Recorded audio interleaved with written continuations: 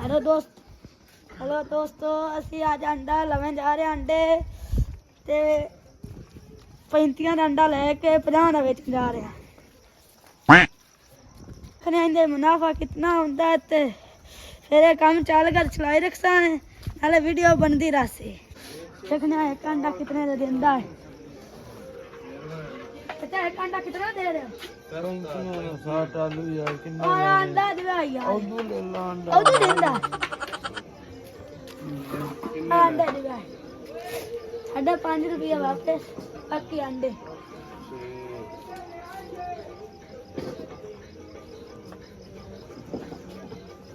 पांच छड्डे करो पर नहीं लेना पर बाद नहीं तो खर्चे रुपया नहीं पांच वापस दियो हैं 5 वापस लेना ही आन के ले लेना वो तो बनेवा दा लेना ही है पांच चल तू चलो अंडे गरम अंडे अंडे ले लो जी भाई अंडे ले लो अंडे गरम अंडे अंडे गरम अंडे ले लो जी अंडे अंडे गरम अंडे अंडे गरम अंडे गरम अंडे अंडे गरम अंडे अंडे गरम अंडे अंडे गरम अंडे नहीं अंडे नहीं लिया 100 रुपया गरम अंडे तार दो ले लिया 100 दो लेने नहीं इला आप देख अंडा अला आ भी अंडा ओला ले आ चल जाए अंडे गरम अंडे अंडे गरम अंडे एक ताई दे भी अंडा वेख चंगी गल अंडे वेख गए ने अब की बात हो गई है 110 ला ने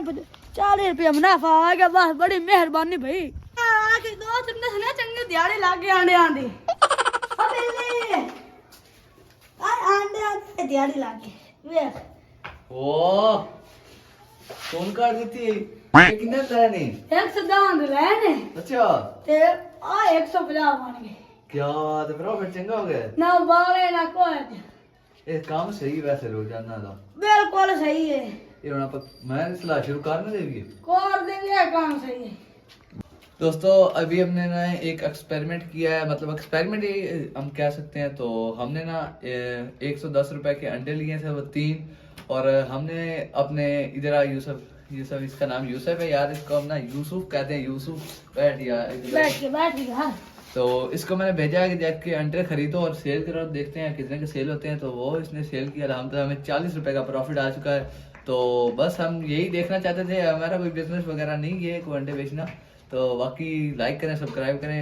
तो कुछ लोगों ने मजाक भी किया लेकिन ना यार हमें लेकिन सर्दी भी काफ़ी ज़्यादा बढ़ चुकी है तो